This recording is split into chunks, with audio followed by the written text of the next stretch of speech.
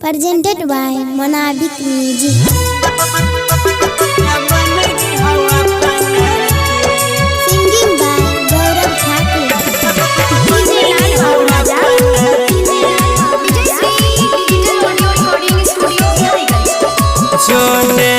दोसरा से मंगिया भरा के रानी तोरले सपना गे झूठे कहै रही लव यू तोरा मन री हो अपना गे मन री हो अपना गे कहे गई दोसरा से मंगिया भरा के रानी तोरले सपना गे झूठे कहै रही लव यू तोरा मन री हो अपना गे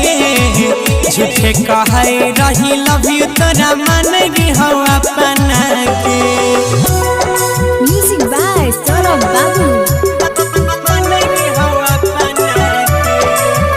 तोरा बिन कटे रतिया गे याद आवे ससुरतिया गे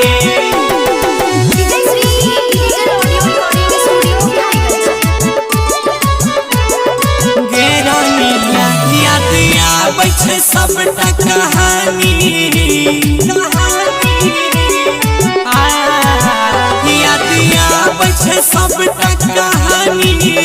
हमरा जबन रही तू रानी क्या दसर मरद दिल के हमर दर्द बढ़ाई दिल गे हमर दिहल निशानी बोले सबटा जराई दिल गे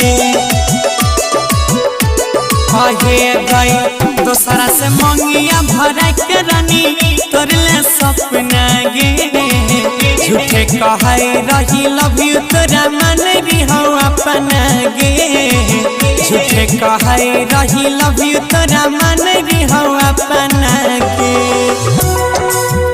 तोरा मन री हो अपना मन री हो अपना ससुर जाय के काना भी नहीं बुझै छिया दर्द जानबी नहीं Presented by Monabik Music. जो जाने के प्यार बिना छै जीवन सुना हर जइया के प्यार बिना छै जीवन सुना दुख मिलता दर्द गुना